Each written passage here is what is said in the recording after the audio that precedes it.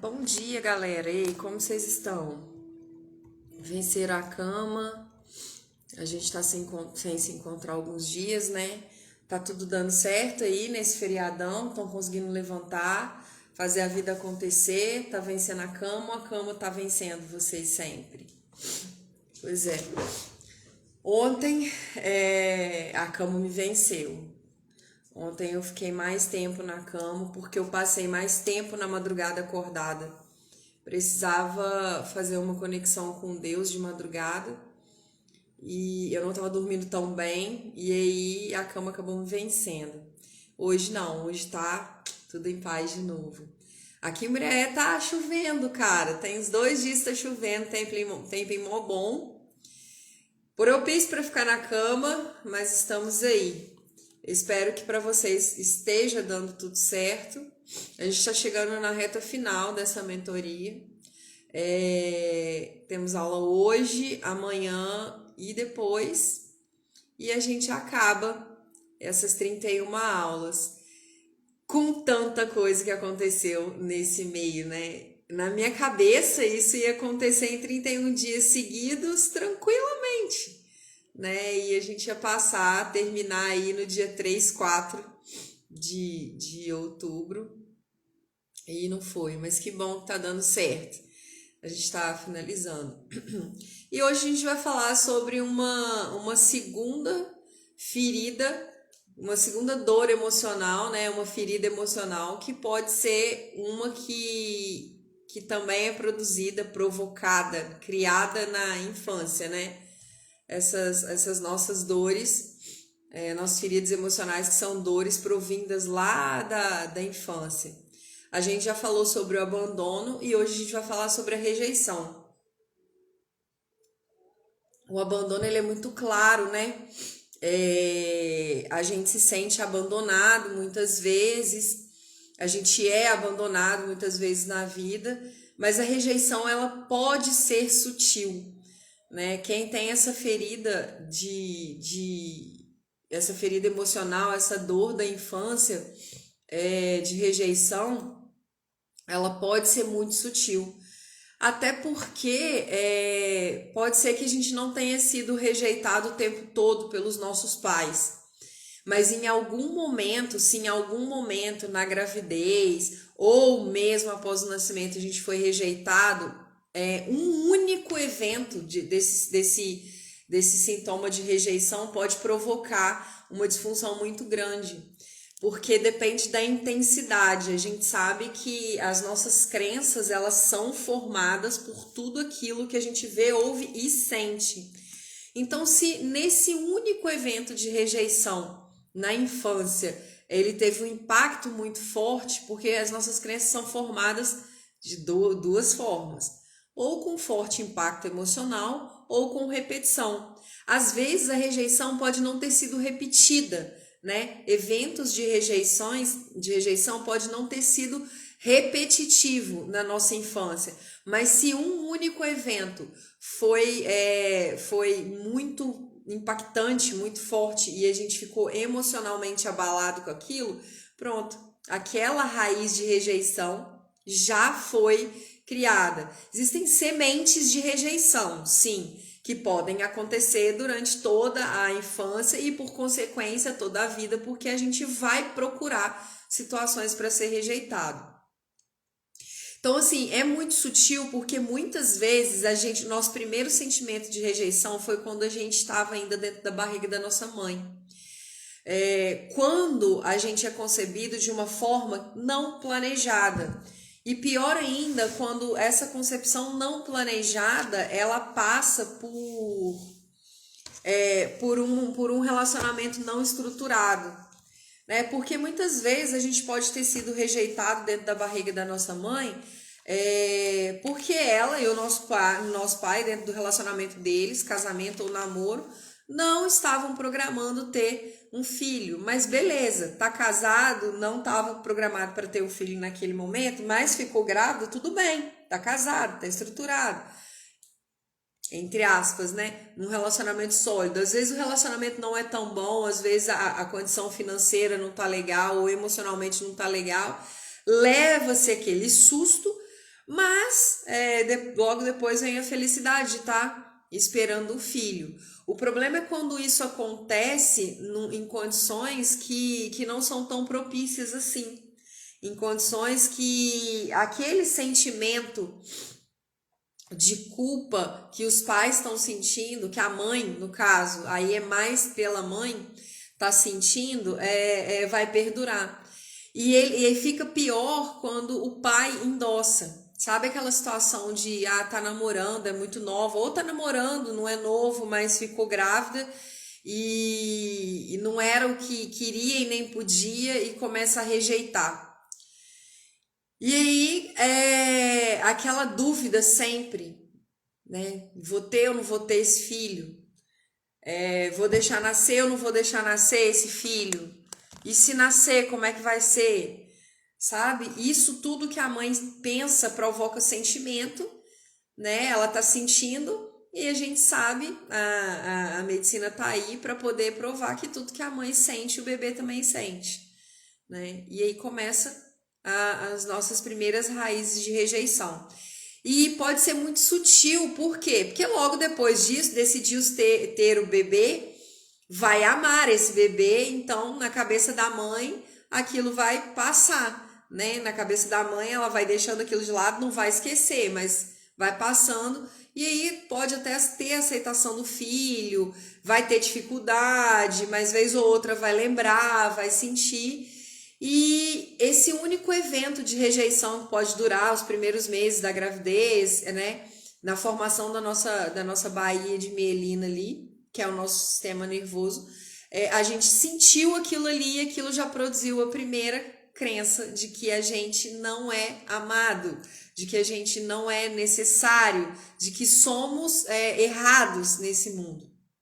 Então, o não desejo, né? Às vezes pode não ter nem pensamento de aborto, mas o pensamento de não desejo. Sabe aquela coisa, tipo, tu vai falar que tá grávida, mas e aí, como é que você tá? Você tá bem? Você tá feliz? Não era o que eu queria, né? Não era o planejado, né? Mas aconteceu, não sei o quê.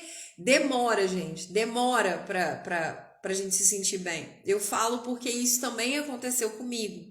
Quando eu descobri que eu tava grávida, foi no relacionamento, não era no casamento, não foi no relacionamento. Eu já tinha até terminado esse relacionamento quando eu descobri que tava grávida.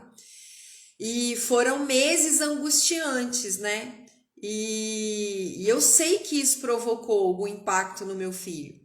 E hoje, tendo esse esclarecimento, eu silenciosamente trabalho, né, para isso. Até quando ele nasceu mesmo, eu sem saber, eu acho que já era um destino meu, né? Eu sem saber já tratava de consertar, mas não intencionalmente, assim, mas de amar, de dizer pro meu filho, de abraçar, de dizer para ele o quanto, né, meses depois do início da gravidez, lá quase do meio pro final, eu já falava isso pra minha barriga, né, o quanto ele era amado, o quanto eu tava esperando ele, o quanto eu tava ansiosa para poder ver o rostinho dele, o que a gente ia fazer quando ele estivesse aqui fora da barriga, como que a gente ia ser, o que a gente ia conversar um com o outro, por que eu tava desejando tanto ele.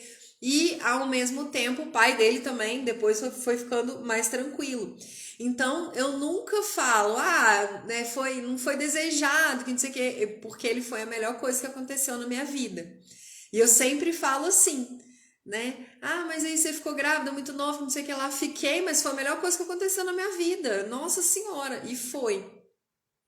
Então, muitas vezes isso é muito sutil na nossa vida. Por quê? Porque logo depois a mãe e o pai pode passar a desejar, acostumar com a ideia e desejar, mas até acostumar, toda essa dúvida vai sendo sentida pelo bebê. E aquele sentimento de, nossa, eu tô errado aqui, não era para eu nascer, tá no tempo errado, né? Isso vai provocando crença, desde quando a gente está dentro da barriga da nossa mãe.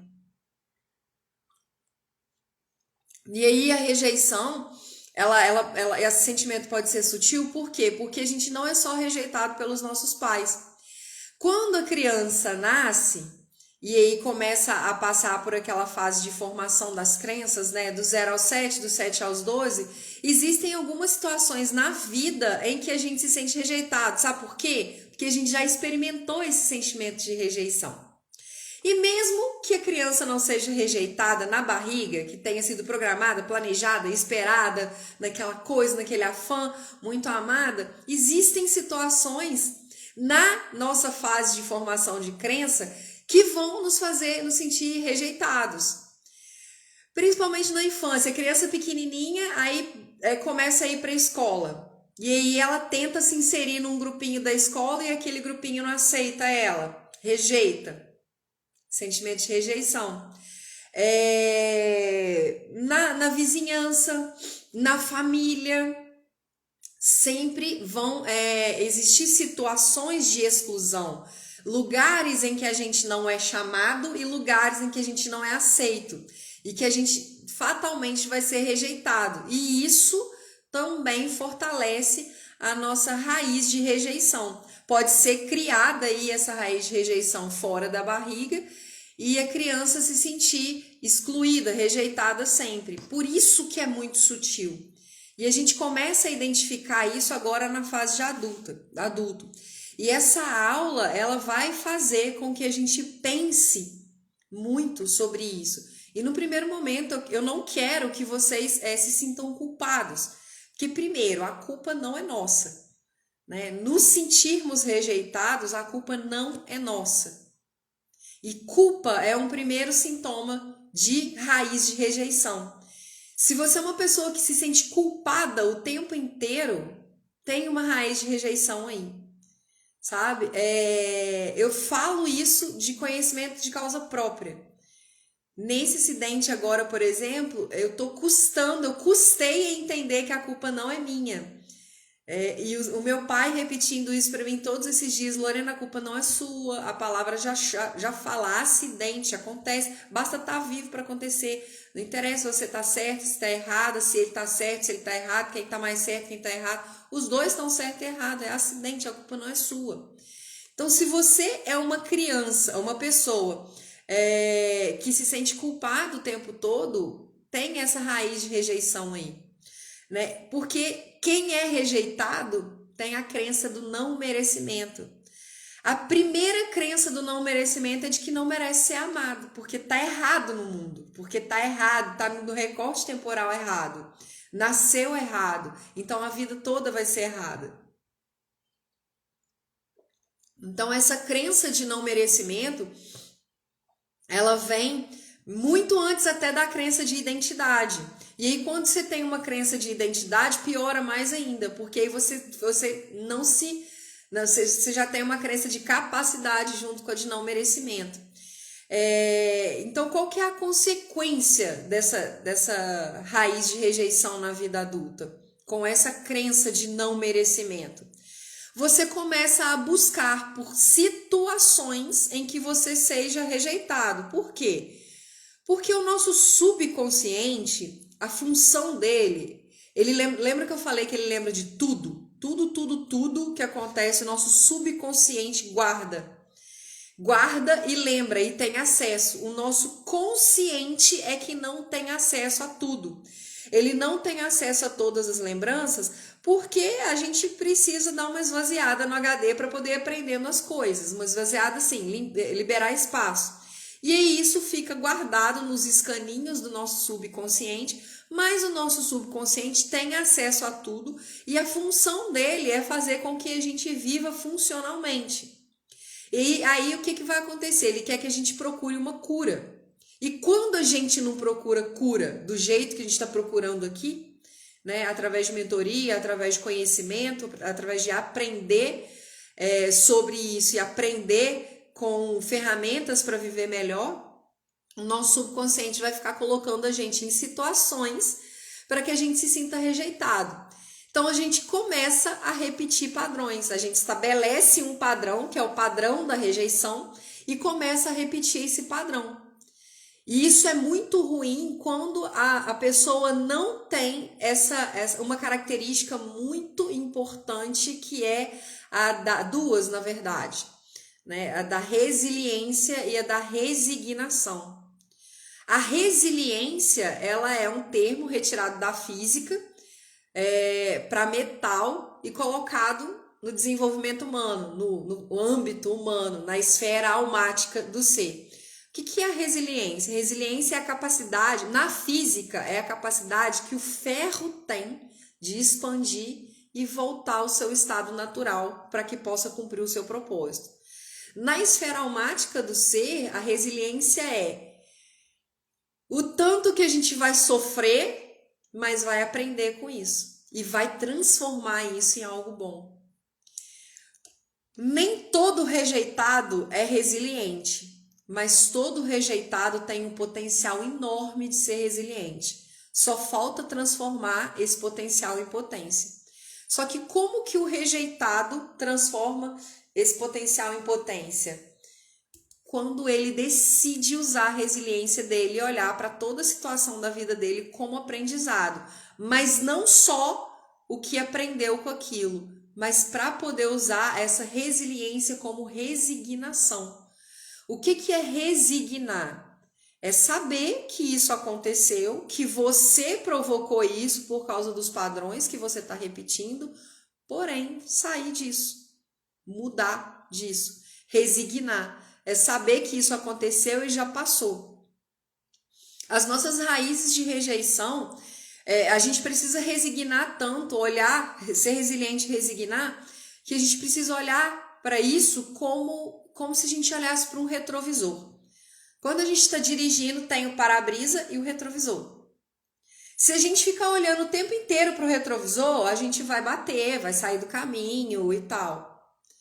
Então, essa rejeição, a partir de hoje, a partir de agora, se você tendo contato sobre isso, você tem que olhar para essa raiz de rejeição sua como um retrovisor, para servir de referência, para você quebrar o padrão e poder olhar para o para-brisa e seguir a sua estrada para poder chegar no seu destino. E a gente aqui já sabe que o único destino que a gente tem é a morte, o único destino certo, né? O único destino que a gente sabe que tem é a morte. Agora, o rumo que a gente vai tomar, o que vai acontecer nesse caminho até quando a gente morrer, que é a construção do nosso legado, é a gente que faz. E aí quebrar o padrão, a partir de entender essa raiz de rejeição, é que vai fazer a gente fazer um trabalho bonito, com resignação e resiliência. Então, a consequência nessa vida, na nossa vida adulta, quando a gente tem essas raízes de rejeição na infância, é que a gente sempre vai buscar por situações em que a gente seja rejeitado, porque o nosso subconsciente, na verdade, quer que a gente cure isso. E para a gente curar isso, além de resiliência e resignação, a gente precisa de conhecimento e força de vontade. Então, se você tem identificado na sua vida, ou a partir de agora, você vai começar a pensar nas situações que você vive, principalmente nos seus relacionamentos. Onde que um adulto começa a identificar isso? Nos relacionamentos. Se você é casado ou casada, se você tá namorando, ou se você tá solteiro, mas com certeza já teve relacionamentos, e por algum acontecimento, você tá sozinho agora com medo de se relacionar, ou porque você decidiu ficar sozinho para se conhecer, pode ter essa situação também. Começa a pensar hoje, nosso ponto para hoje é o que acontece sempre para você ser rejeitado ou rejeitar uma pessoa. Porque quando a gente termina um relacionamento, a gente rejeita uma pessoa, e quando pessoas terminam com a gente é rejeitado. Não tem a ver com abandono. No relacionamento, nós não somos abandonados. A gente é abandonado dentro do relacionamento, quando uma pessoa não termina com a gente, ou a gente não termina com a pessoa, mas segue abandonando o outro dentro do relacionamento. Quando acontece o ponto do término, é a rejeição. Ou o que acontece para você não conseguir se relacionar e rejeitar sempre pessoas na sua vida? Tem uma repetição de padrão aí. E aí você precisa buscar isso. Tem sempre um pensamento com uma crença limitante. Isso vem a partir de, se você já chegou ao ponto de não querer namorar, você está repetindo uma crença limitante. Talvez seja, relacionamento não é para mim. Eu já entendi que eu nasci para ser sozinho. Eu tenho sorte no jogo, não tenho sorte no amor, tenho azar no amor. Eu nasci para ser empresário e não para ser casado. Eu nasci para poder realizar e não para poder casar. Eu também já repeti isso. Então, a gente adulto, a gente examina essas raízes de rejeição no relacionamento. Porque onde a gente adulto vai saber o que deu errado na nossa infância? No relacionamento. A gente vai procurar repetir nos nossos relacionamentos conjugais o que a gente aprendeu com os nossos pais. Porque o primeiro relacionamento da nossa vida foi com os nossos pais. O primeiro amor da nossa vida para a menina foi o pai, para o menino foi a mãe. E a criança, ela não entende o que é amor, eros de homem e mulher. Ela entende amor. Então, o primeiro amor da nossa vida são os nossos pais. E isso não morre. Depois que a gente aprende, a gente cresce, que a gente aprende que a gente não pode casar com os nossos pais. Tem adulto aí que é casado com o pai e com a mãe até hoje e não sabe. Não sabe.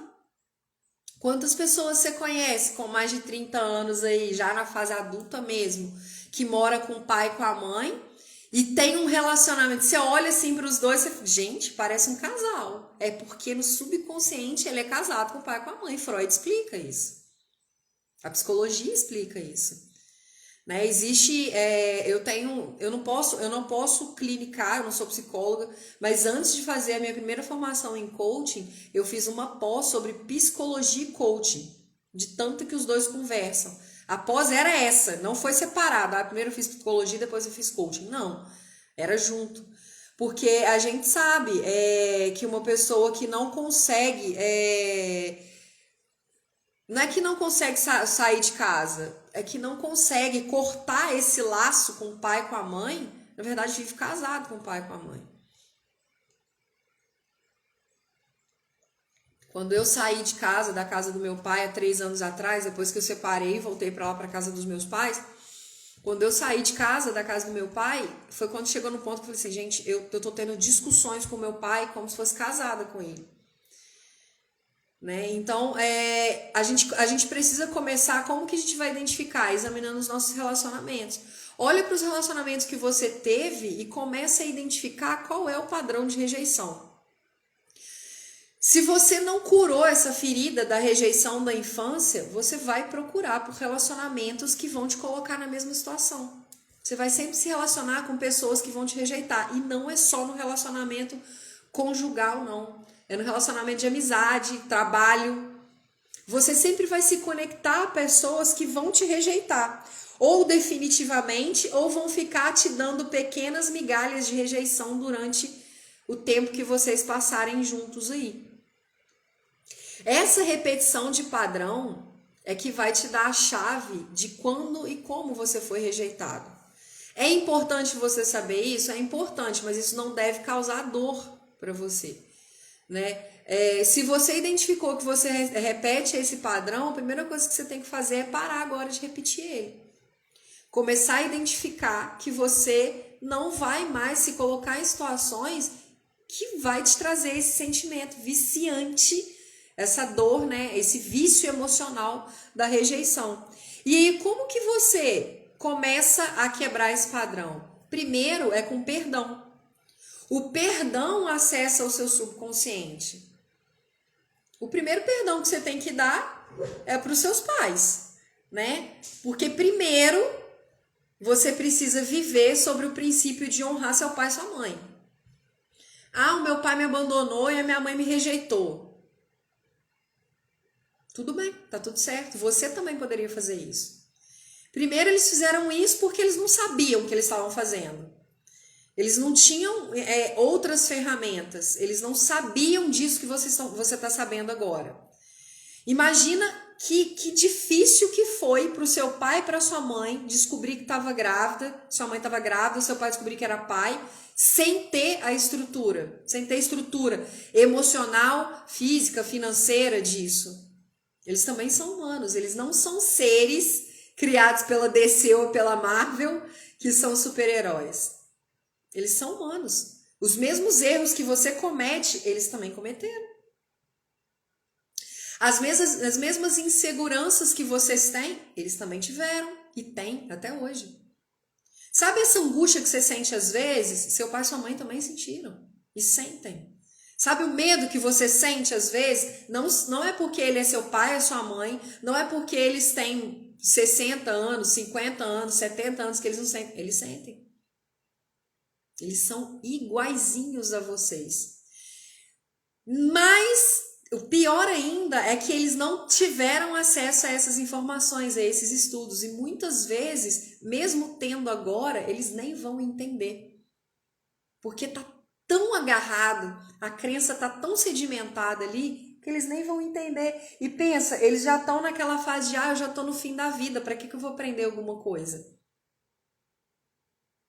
Ainda tem essa resistência. Então, o primeiro acesso ao seu subconsciente para você começar a entender e a parar de repetir esse padrão de se colocar em situações para ser rejeitado é o perdão. Todo rejeito, daqui a pouco eu vou falar sobre mecanismos de defesa, sobre pontos para você identificar se você tem essa raiz ou não, mas a primeira coisa que eu queria falar para vocês no tocante a isso é você pensar o quanto você se sente angustiado na vida, quanto você se sente culpado na vida. Tudo que acontece, você sente culpa. Tudo que acontece da sua vida, você puxa a culpa para você. Isso é uma raiz de rejeição. Porque primeiro, quem foi rejeitado lá na barriga da mãe, ou bem nos primeiros anos da infância, sente que não é para ter nascido. Então, carrega a culpa de ter nascido quando não era para nascer. E aí, na fase adulta, se culpa por tudo. E trabalhar o perdão, primeiro o auto-perdão, depois o perdão para os seus pais, primeiro o auto-perdão para você conseguir perdoar os outros. Você não nasceu errado, você não está errado, você nasceu no tempo certinho. Era daquele jeito que você tinha que nascer, era naquele período que você tinha que nascer. Então, você tá certo aqui, você tem um destino. Você tem um legado para construir, você tem que realizar. Você veio equipado com coisas maravilhosas para poder realizar e o mundo precisa de você. O mundo precisa das suas habilidades. As pessoas que estão conectadas com você, elas precisam da sua habilidade. Mesmo que elas tenham sido, essas conexões tenham sido feitas por vícios emocionais, por retroalimentação de vícios e não de virtudes. Uma virtude que você tem aí, essa pessoa precisa. Então você não está errado, você é necessário e muito necessário. O mundo teria um desequilíbrio muito grande se você não existisse. Se você não pisasse no chão todos os dias de manhã para poder viver. A diferença é que a partir de manhã você vai pisar no chão rugindo como um leão, porque você nasceu para ser um leão, não para ser uma hiena. Então, a primeira coisa que você precisa pensar é, não tem culpa, você tá certo, você tá certinho no seu lugar. Esse seu equipamento que veio de fábrica aí, ele é necessário para o equilíbrio do mundo e você precisa desenvolver ele. E esse que você tá adquirindo nessa mentoria, você precisa botar para rodar também para poder sustentar o seu equipamento original. Esses acessórios que você está colocando na sua caixa de ferramentas. Então, para de sentir culpa. Para. Isso serve para você e serve para mim também. À medida que eu tô falando isso para vocês aqui, eu também tô recebendo esse download aqui, porque eu aprendo tanto com vocês quanto eu ensino. Vocês me ensinam muito mais do que eu ensino para vocês. Essa reunião. Então, para acessar essas situações que te punem, que te deixam nesse local de punição sempre, para poder te dar essa crença de não merecimento, a primeira coisa é o perdão para si. E a segunda coisa, perdoa seus pais, cara. Primeiro, para você cumprir o princípio da honra. Você precisa honrar. Seu pai te abandonou quando a sua mãe estava grávida, ele não sabia fazer outra coisa. Sua mãe te rejeitou na barriga, ela não sabia fazer outra coisa. E se não fosse por esses dois seres, pela junção desses dois seres, esse leão, essa leoa que está aqui não tinha nascido. E o mundo estaria em desequilíbrio. Então, não existe culpa o tempo todo. Para de sentir culpa o tempo todo. Eu não ia falar de livro bíblico hoje, mas eu não aguento, né? Senão não seria eu.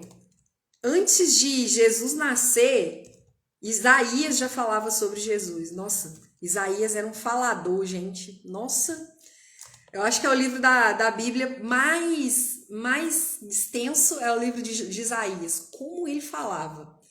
Então, lá em Isaías, eu nunca consigo acessar NTLH. Lá em Isaías 53, acho que é 53 mesmo. Vem cá, Isaías. Isaías tem 66 livros, gente. Isaías 53, 3. Ó. Isaías fala de Cristo o tempo todo. A vida de 66 livros, a Bíblia inteira fala, mas Isaías, então, mais ainda. Ele foi rejeitado e desprezado por todos nós. Ele suportou dores e sofrimentos sem fim. Era como alguém que não queremos ver, nós nem mesmos olhávamos para eles e o desprezávamos. Isso aqui fala sobre Jesus na cruz. Jesus, além de ter sido rejeitado durante toda a trajetória dele aqui, no dia da crucificação dele, ele também foi rejeitado. Ele ficou tão horrendo, ele foi tão maltratado, mas ele ficou tão feio que as pessoas rejeitavam de olhar ele na cruz. E só de olhar na cruz, as pessoas que conseguiam olhar na cruz e sentir aquilo ali, nossa, eu chego a ficar até emocionada. E sentir aquilo ali, aquelas pessoas de olhar e sentir aquilo ali, às vezes nem falar nada, elas já ganhavam o reino do céu. Porque olhar aquela figura de bondade tão transfigurada, rejeitada, maltratada, já provocava aquele sentimento de se ele é o Messias e está assim por mim, por que eu não vou alcançar? Então a primeira coisa que a gente tem que pensar é nesse perdão, porque se até ele foi rejeitado, por que nós não seremos? Se ele que foi colocado aqui como figura perfeita foi rejeitado, por que nós que somos imperfeitos não vamos ser? Essas situações de rejeição, elas vão acontecer a vida inteira. A gente vai ser rejeitado no emprego, a gente vai ser rejeitado no relacionamento, a gente vai ser rejeitado na nossa vida estudantil quando a gente tirar a nota baixa. Você sabia que a pessoa que não estuda, que sempre tira a nota baixa, é uma raiz de rejeição? Ela sempre vai plantar essa semente de não estudar, de tirar a nota baixa para ser rejeitado pela professora tirando nota baixa. A gente vai repetir esse padrão sempre. Então, entender essa raiz de rejeição faz com que a gente viva melhor. Perdoar essas sementes de rejeição faz com que a gente não se coloque subconscientemente e conscientemente em situações de rejeição. A criança, quando ela é rejeitada lá na barriga da mãe ou fora da barriga da mãe, né, rejeitada pelos pais, ela não coloca a culpa nos pais. A criança não tem condição de colocar a culpa nos pais. Sabe por quê? Porque os pais são uma figura perfeita. É por isso que o nosso relacionamento com o nosso pai dita muito sobre a nossa crença em Deus como adulto. Porque é através do nosso pai, tá? Não é da nossa mãe. É através do nosso pai é que a gente entende Deus. Através do nosso pai que a gente entende Deus. Então, se eu não tenho um bom relacionamento com meu pai, eu não tenho um bom relacionamento com Deus. Se eu não perdoo o meu pai, eu não me relaciono bem com Deus. Porque a figura paterna, ela é entendida pela criança por aquela figura humana ali, ó, palpável, o pai biológico dela. ou pai de criação, né? Ela entende Deus a partir dele. Ela só é capaz de entender a paternidade de Deus quando ela entende a paternidade do Pai da Terra. Então, quando criança, a gente não culpa os nossos pais, a gente culpa nós mesmos. Se o nosso pai, a nossa mãe nos rejeitou e nos abandonou, a gente não tem capacidade de entender que é por limitações deles. A gente joga a culpa toda na gente. Ah, meu pai e minha mãe me rejeitaram, ou me abandonaram, ou me rejeitam, me abandonam, porque eu eu não mereço.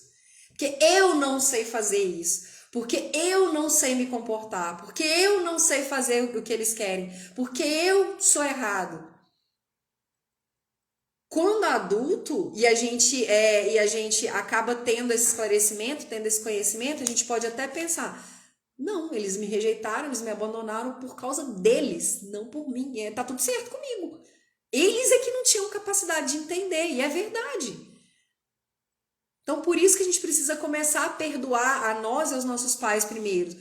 É importante de entender, a importância de entender isso e curar isso é para que cada vez que isso acontecer com a gente, isso não machuque mais.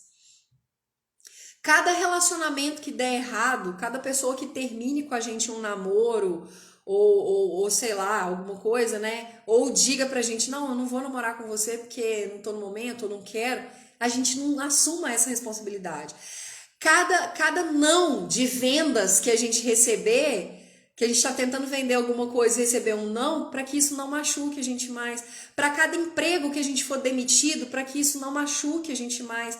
Para cada nota ruim que a gente tire, é para a gente entender que a gente está repetindo um padrão de não estudar e tirar uma nota ruim. Para cada concurso que a gente não passe, a gente não fique no chão, detonado com aquilo. Para que a gente não se sabote no processo de estudar para concurso, para poder ser aprovado, porque a gente tem aquela semente de rejeição e a gente quer, na verdade, ser rejeitada para poder sentir aquilo de novo, para que a gente não caia na autocomiseração. Todo rejeitado, ele pratica a autocomiseração, inconsciente e sutilmente, porque ele se coloca em situações de rejeição. Então a cura vem para que a gente tenha plenitude no processo. Para que aquele relacionamento, aquele namoro seu que termine, a pessoa vai falar assim: ah, não quero mais ficar com você, a gente não tá dando certo, tudo certo. Beleza, obrigada pelo tempo que a gente ficou junto, é uma pena. Acho que a gente poderia construir um caminho legal. Mas não quer, tá? Passa ali por aquela dorzinha, né? Porque ser rejeitado é ruim. Naquele momento não deu certo, tá tudo bem. A cura precisa vir para que a gente não fique mal diante desses processos, para que a gente não se arraste no chão em cada pequena rejeição que a gente sofrer, porque primeiro, a gente vai se colocar nessas situações repetidamente, ou quando a gente tiver já curado, não repetir padrões, que isso não machuque, não arraste a gente mais. Porque isso vai acontecer durante a vida. Situações de rejeição vão acontecer. Aquele emprego que você queria pode não ser seu. O concurso que você está prestando pode não passar. A pessoa que você quer namorar pode não querer namorar com você. A pessoa que você está namorando pode querer terminar com você. E por aí vai. Situações de rejeição vão acontecer. A vida a gente não tá aqui para conseguir tudo. A gente não é um alecrim dourado que vai conseguir tudo. Então a gente precisa curar isso para não ser arrastado por isso. E quais são, assim, existem alguns mecanismos de defesa que a gente sobe durante a vida, que a gente cria durante a vida, e alguns pontos que a gente pode começar a identificar hoje, né? Então, hoje a gente está trabalhando isso aqui, nossa, hoje eu tô parando quieta, né? A gente pode começar a identificar isso daqui, e eu queria falar sobre esses pontos, sobre esses mecanismos, para que a gente consiga identificar se a gente está cultivando e plantando cada vez mais essas sementes de rejeição. Primeiro são os votos secretos. O que são os votos secretos que a gente faz? A gente faz esse voto secreto através das crenças limitantes.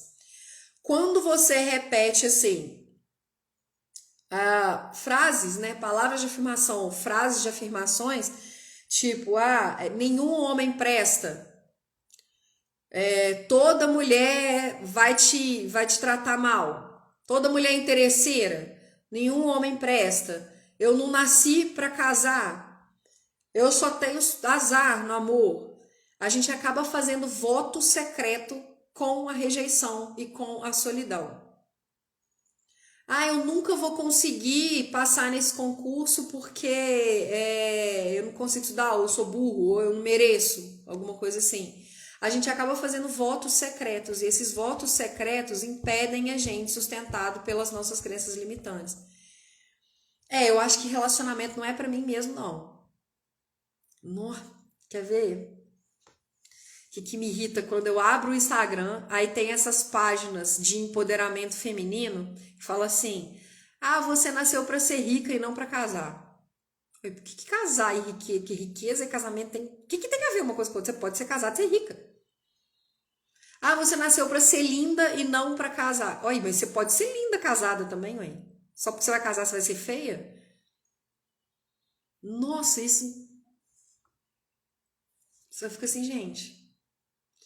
Isso te faz fazer votos secretos que quando você faz um voto, o que você faz? Subconscientemente e inconscientemente, você vai fazer de tudo para sustentar esse voto. Então a primeira coisa é: que frase você tem repetido para você? Pode não ser falada, tá? Pode ser só pensada. Que sustenta um voto secreto de ser rejeitado sempre. Primeira coisa que você vai fazer é identificar sobre isso. Outro ponto, perfeccionismo. Se você é uma pessoa que é perfeccionista, gente, quando alguém vira e fala assim: ah, eu tenho uma característica que eu acho que é uma qualidade, eu sou perfeccionista, eu fico: será que essa pessoa sabe o que ela tá falando? Porque primeiro, o perfeccionismo ele não existe. Todo perfeccionista, ele não quer atingir a excelência. Porque atingir a excelência é fazer. Você atinge a excelência quando você faz com consciência do que você está fazendo.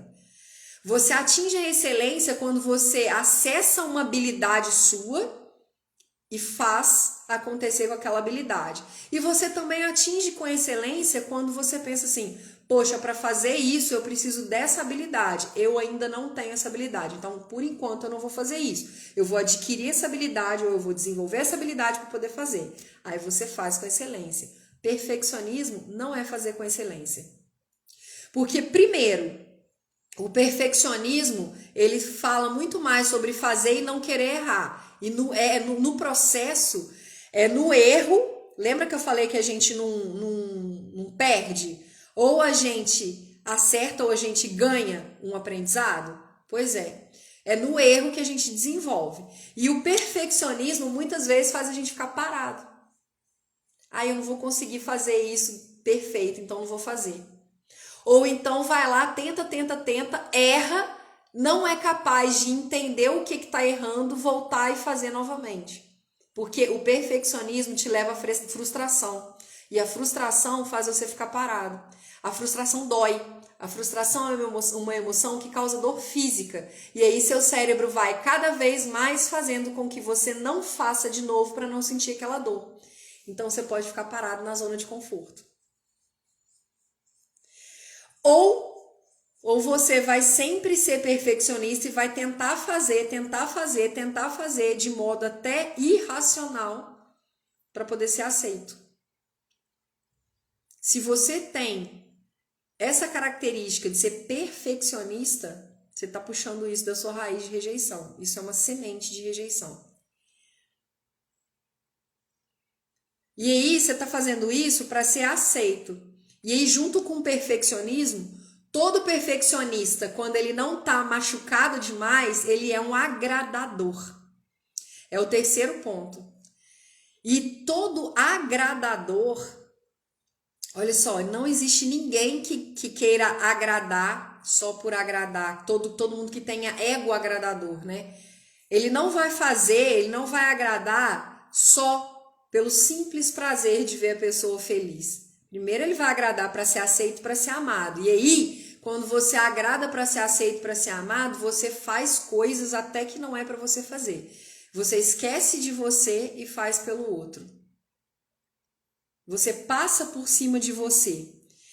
E todo agradador, ele tem segundas intenções, além da de ser aceito e ser amado, que é agradar para ser agradado em troca. Já reparou que todo agradador sempre quer alguma coisa em troca? Eu faço para você fazer para mim. Se você é uma pessoa que gosta de agradar e se sente mal quando não te agradam, seu ego agradador é uma semente de rejeição. Poxa, mas eu faço tanto pro fulano, ele não pode fazer isso para mim? Pô, ele pode, mas ele pode não querer fazer.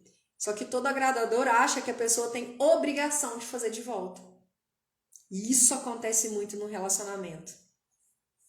A gente precisa entrar num relacionamento pensando que a gente vai servir, que a gente está ali para servir ao outro. E o serviço, ele não quer nada em troca. O outro precisa ter essa consciência. Agora, se você está casado ou está namorando uma pessoa que não tem essa consciência, amigo, amiga, o problema é seu. Se você se conectou com uma pessoa porque você quer receber de volta aquilo que você dá, você está ativando a sua semente de rejeição e basicamente você vai ser frustrado. Aí se você começa a ter essa consciência e começa a fazer sem pedir nada em troca, mas não tem reciprocidade, você também se conectou errado. Então, voto secreto, perfeccionismo e ego agradador são também pontos, são sementes de rejeição. E a autodefesa sempre é o quarto ponto. Sabe aquela pessoa que sempre está se defendendo? Ela sempre está armada? Ela sempre está com uma armadura? Sempre está com o escudo na mão para levantar o tempo todo? Geralmente essas pessoas, elas falam muito sobre si. Elas afirmam muito sobre si. Ah, eu sou isso. Ah, eu sou aquilo. Ah, tipo assim, se exaltam muito. Ou elas estão sempre se defendendo. Sabe aquela pessoa? Claro, gente, a gente não tem que deixar os outros falarem da gente coisas que a gente não é. Mas sabe aquela pessoa que se irrita muito e tudo quer tirar satisfação? Acaba fazendo aquela guerra toda porque alguém falou alguma coisa que ela não é, e isso não é uma coisa tão grave assim. Primeiro, as pessoas não conhecem a gente o mesmo tanto que a gente se conhece. E se você não mostra para as pessoas o jeito que você é de verdade, sua área escura aí está muito ampla, você precisa examinar para saber do que você tem medo. Você precisa conhecer melhor para você se mostrar melhor. Então, se você se autodefende ou, falando de si o tempo todo, ou não se mostra, ou não se relaciona para que as pessoas não te conheçam, é uma semente de rejeição. Você precisa se conhecer melhor para dar luz às suas sombras, iluminar aquilo que precisa ser iluminado e acolher aquela sombra que não precisa ser, que não pode ser iluminada. E aquela sombra que não pode ser iluminada é a sombra que você não mostra. Você vai dar acesso a essa sombra somente a algumas pessoas, não a todas. Você não vai abrir sua vida para que as pessoas possam usar essa sombra contra você, usar essa fraqueza, né? O que são essas sombras, essas fraquezas? Existem fraquezas que podem se tornar força, que você vai eliminar, e existem fraquezas que são fraquezas. E essas fraquezas você dá acesso só a quem merece. E é geralmente isso que a gente faz quando a gente começa a se relacionar. A gente dá acesso no relacionamento a essas sombras àquela pessoa que a gente relaciona. É por isso que escolher um relacionamento tem que ser um processo muito cuidadoso, porque você vai estar dando acesso para aquela pessoa às suas fraquezas. E se um dia aquela pessoa resolver não ficar com você, ela precisa ter caráter o suficiente para não usar isso contra você. Então, se você faz muito voto secreto, se você é perfeccionista, se você é um agradador e se você está sempre se autodefendendo com silêncio, com não aparecimento ou colericamente, com ira, falando muito de si, você tem muitas sementes de rejeição e a sua raiz de rejeição ainda está muito latente, está gritando muito, não está curado essa ferida. Que talvez tenha sido produzida, talvez não, com certeza foi produzida na sua infância ou na barriga da sua mãe. Então, para hoje, né, hoje é uma segunda-feira, é segunda mesmo, né, gente? É véspera de feriado, é segunda-feira, véspera de feriado, tem muita gente que está trabalhando, tem muita gente que não. Aproveita o flow dessas palavras e começa a eliminar, começa a examinar qual situação você tem repetido ou feito muito, criado ou repetido padrão, e o que você vai fazer para poder quebrar esse padrão. Primeiro ponto é: se perdoa. Se perdoa. Você não está errado no mundo.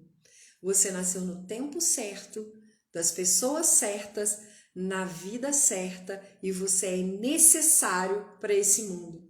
O mundo teria um desequilíbrio muito grande se você não existisse nele. A vida das pessoas que estão com você não seriam a mesma coisa se você não tivesse nela. Você levanta e pisa no chão todos os dias porque é necessário. E a partir de hoje, você vai levantar e pisar no chão e rugir como um leão, porque você é necessário. A sua força é necessária. Essas palavras, elas vão entrar no seu subconsciente agora, no seu inconsciente agora, porque você entende que elas são boas para você. Porque é assim que você nasceu para ser. Você vai incorporar essas palavras a partir de hoje, porque é assim que você nasceu para ser. Então, hoje você entende que você é um leão, que você tem força, que você é necessário e que você não é rejeitado. Você não tem culpa de estar aqui. Você merece estar aqui. Faço votos de paz e prosperidade, que tenhamos um excelente feriado para quem vai trabalhar, bom trabalho, para quem não vai, bom descanso. E eu vou deixar uma indicação de um livro aqui para você. Eu sei que tem gente aqui que já leu esse livro, mas quem quiser ler, eu tenho o PDF dele. Raízes de Rejeição, da Joyce Meyer. Eu tenho esse PDF. É um livro curtinho, não é difícil de ler, é pequeno. Quem quiser, é só entrar em contato comigo pelo direct. Um beijo, bom dia para todo mundo, que Deus abençoe a gente, que nós fiquemos próximos a Jesus e que na luz do dia as pessoas que nos olhem vejam a luz de Jesus. Beijo, gente, fica com Deus.